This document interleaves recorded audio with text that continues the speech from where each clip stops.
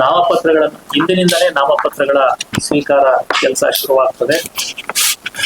ಇಂದಿನಿಂದ 23/3/2026 ಅಂದ್ರೆ ಮುಂದಿನ ಸೋಮವಾರವರೆಗೂ ಕೂಡ ನಾಮಪತ್ರ ಸಲ್ಲಿಸಲು ಅವಕಾಶವನ್ನ ನೀಡಲಾಗಿದೆ.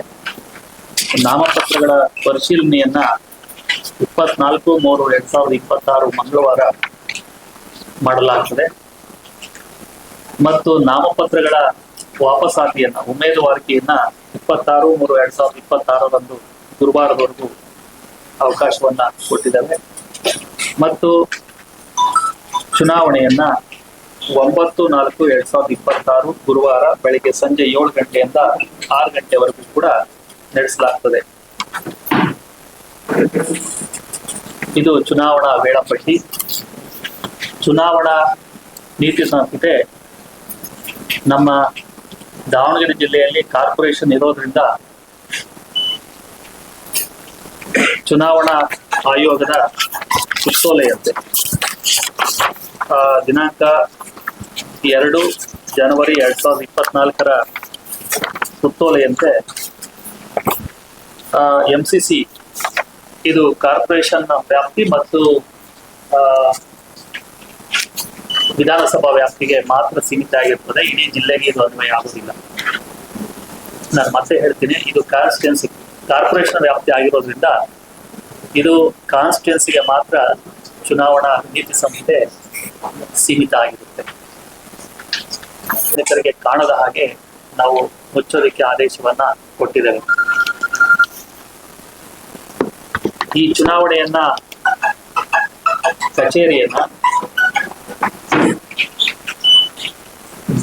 ದಾವಣಗೆರೆ 24x7 ಒಂದು ವಾರ್ ರೂಮ್ ಅನ್ನ ಅಲ್ಲಿ ನಾವು ಸೆಟಪ್ ಮಾಡ್ತಾ ಇದ್ದೀವಿ. ಅಲ್ಲಿ 3 ಪಾಳಯದಲ್ಲಿ ನಮ್ಮ ಸಿಬ್ಬಂದಿ ಕೆಲಸ ಮಾಡ್ತಾರೆ. ಅದಲ್ಲದೆ ಅಲ್ಲಿ ವಿವಿಧ ಟಿವಿಗಳ ಚುನಾವಣೆಗೆ ಮಾಹಿತಿಗೆ ಸಂಬಂಧಿಸಿದಂತೆ ವಾಚ್ ಮಾಡಲು ಒಂದು 3ರಿಂದ 4 ಟಿವಿಗಳನ್ನ ನಾವು ಹಾಕಿ ಅದರಲ್ಲಿ ನಮ್ಮ ಚುನಾವಣೆಗೆ ಸಂಬಂಧಪಟ್ಟಂತ ಯಾವುದೇ ಮಾಹಿತಿಯನ್ನ ಬಂದ್ರೆ ಕೂಡಲೇ ಅದನ್ನ ನಮ್ಮ ಗಮನಕ್ಕೆ ತರಬೇಕು ಮತ್ತೆ ಕ್ರಮ ಕೈಗೊಳ್ಬೇಕು ಅಂತ ಹೇಳಿ ಮೀಡಿಯಾ ರೂಮ್ ಅನ್ನು ಕೂಡ ನಾವಲ್ಲಿ ಸ್ಥಾಪನೆಯನ್ನ ಮಾಡಿದ್ದೇವೆ. ಅದಲ್ಲದೆ ಕಾಲ್ ಸೆಂಟರ್ ಕೂಡ ನಾವಲ್ಲಿ ಸ್ಥಾಪನೆ ಮಾಡಿದ್ದೇವೆ. ಈಗ ನಂಬರ್ ಏನು ಅಂತಕ್ಕಂಥದ್ದನ್ನ ನಾವು ಪತ್ರಿಕಾ ಪ್ರಕಟಣೆಯನ್ನು ಕೊಡ್ತೇವೆ ಮತ್ತು ಜಿಲ್ಲಾಧಿಕಾರಿಗಳ ಕಚೇರಿಯಲ್ಲಿ ಕಾಲ್ ಸೆಂಟರ್ ಇತ್ತು. ಈಗೆಲ್ಲ ಒಂದೇ ಕಡೆ ಇರಲಿ ಅಂತ ಹೇಳಿ ನಾವಲ್ಲೇ ಕಾಲ್ ಸೆಂಟರ್ನ ಸ್ಥಾಪನೆಯನ್ನ ಮಾಡ್ತಾ ಇದ್ದೀವಿ. ಆ ಕಾಲ್ ಸೆಂಟರ್ಲ್ಲೂ ಕೂಡ 24x7 ನಮ್ಮ ಸಿಬ್ಬಂದಿಗಳು ಕೆಲಸವನ್ನ ಮಾಡ್ತಾರೆ. ಈಗಾಗಲೇ ರಾತ್ರಿ ನಮ್ಮ SP ಸಾಹೇಬರು ನಮ್ಮ ಪ್ರಮುಖ ಸ್ಥಳಗಳಲ್ಲಿ ಚೆಕ್ ಪೋಸ್ಟ್ ಗಳನ್ನ ಹಾಕಿದ್ದಾರೆ. ರಾತ್ರಿಯಿಂದನೇ ನಮ್ಮ ಪೊಲೀಸ್ ಸಿಬ್ಬಂದಿ ಕೆಲಸವನ್ನ ಮಾಡ್ತಾ ಇದ್ದಾರೆ ಮತ್ತು ಇವತ್ತು ನಾವಲ್ಲಿ ನಮ್ಮ ಸಿಬ್ಬಂದಿಯನ್ನು ಕೂಡ ಎಕ್ಸೈಸು ಮತ್ತೆ ನಮ್ಮ ಕಂದಾಯ ಇಲಾಖೆಯ ಸಿಬ್ಬಂದಿಗಳನ್ನು ಕೂಡ ನಾವು ನಿಯೋಜನೆ ಮಾಡಿದ್ದೇವೆ. ಅವರು ಕೂಡ ಆ ತಂಡದ ಜೊತೆಯಲ್ಲಿ ಕೆಲಸಗಳನ್ನ ಮಾಡ್ತಾರೆ. ಇದಲ್ಲದೆ ಅತಿ ಮುಖ್ಯವಾಗಿ ಪ್ರೊಕ್ಲಮೇಶನ್ ಅನ್ನು ಕೂಡ ನಾವು ಕೊಟ್ಟಿದ್ದೇವೆ. ಇವತ್ತು ಪ್ರೊಕ್ಲಮೇಶನ್ ಅಂದ್ರೆ ಏನು ಅಂತ ಹೇಳಿದ್ರೆ, ಯಾವುದೇ ಪ್ರಿಂಟಿಂಗ್ ಪ್ರೆಸ್ ಮಾಹಿತಿಯನ್ನ ಪ್ರಿಂಟ್ ಮಾಡಬೇಕಾದ್ರೆ ನಮಗೆ ರಿಟರ್ನಿಂಗ್ ಆಫೀಸರ್ಗೆ ಮತ್ತು ಜಿಲ್ಲಾ DEO ಅವರಿಗೆ ಮಾಹಿತಿಯನ್ನ ಕೊಡ್ಬೇಕಾಗ್ತದೆ ಮತ್ತು ಪರ್ಮಿಷನ್ ಅನ್ನು ಕೂಡ ತೆಗೆದುಕೊಳ್ಬೇಕಾಗ್ತದೆ. ಅದರ ಒಂದು ಪ್ರೊಕ್ಲಮೇಶನ್ ಅನ್ನು ಕೂಡ ಈಗಾಗಲೇ ನಾವು ಹೊರಡಿಸಿದ್ದೇವೆ. ಇದಲ್ಲದೆ ನಮ್ಮ ಜಿಲ್ಲೆಯಲ್ಲಿ ನಾವು ಎಷ್ಟು ಜನ ಎಕ್ಸಿಕ್ಯೂಟಿವ್ ಮ್ಯಾಜಿಸ್ಟ್ರೇಟ್ ಅಪಾಯಿಂಟ್ ಮಾಡ್ತಾರೆ? SST, FST, VST sir, VST sector officers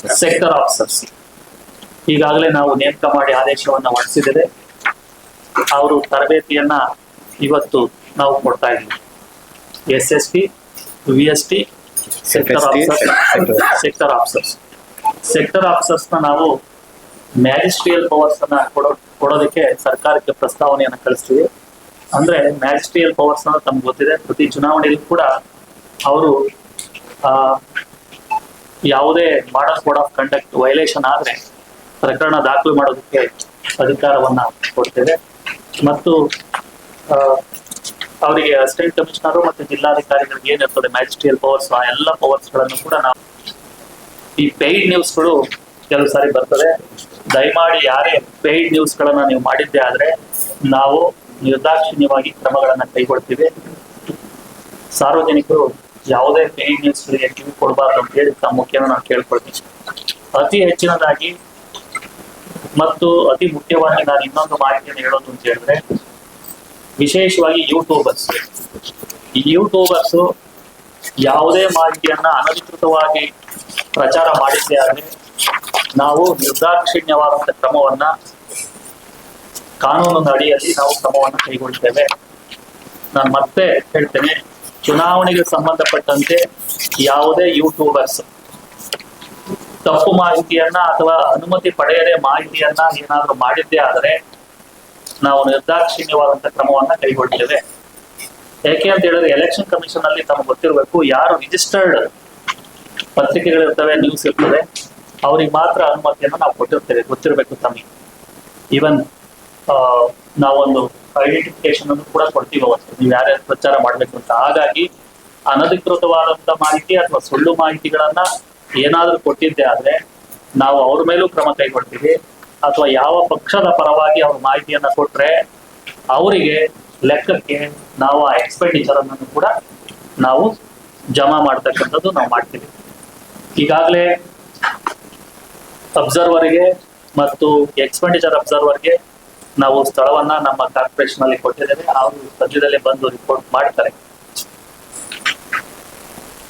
ವೆಚ್ಚ ಮಿತಿ ಸುಮಾರು 40 ಲಕ್ಷ ರೂಪಾಯಿ ಇರುತ್ತೆ ಒಬ್ಬ ಅಭ್ಯರ್ಥಿಗೆ. ಅವರು ನಿಗದಿತ ನಮೂನೆಯಲ್ಲಿ ಪ್ರತಿ ದಿನ ಕೊಡ್ಬೇಕಾ, ಪ್ರತಿ 2 ದಿನಕ್ಕೊಂದ್ಸರಿ ಮಾಹಿತಿಯನ್ನ ಕೊಡ್ಬೇಕಾ ಎಕ್ಸ್ಪೆಂಡಿಚರ್ ಅನ್ನ. ಚುನಾವಣಾ ಮುಗಿದ ಒಂದು ನಿರ್ದಿಷ್ಟ ದಿನಾಂಕ ಇರುತ್ತೆ, ಆ ದಿನಾಂಕದಲ್ಲಿ ನಾವು ಆ ಮಾಹಿತಿಯನ್ನ ಕ್ರೋಢೀಕರಿಸಿ ಚುನಾವಣಾ ಆಯೋಗಕ್ಕೆ ನಾವು ಕಳಿಸ್ಕೊಡ್ತೇವೆ. ಅದನ್ನ ನಿಮಗೆ ನಾವು ಕೊಡ್ತೀವಿ. ಪತ್ರಿಕಾ ಪ್ರಕಟಣೆ ಏನಿದೆ ಅದನ್ನ ನಿಮಗೆ ನಾವು ಮಾಹಿತಿಯನ್ನು ಹಂಚ್ಕೊಳ್ತೀವಿ. ಮತ್ತು ಈಗಾಗಲೇ ತಮಗೆ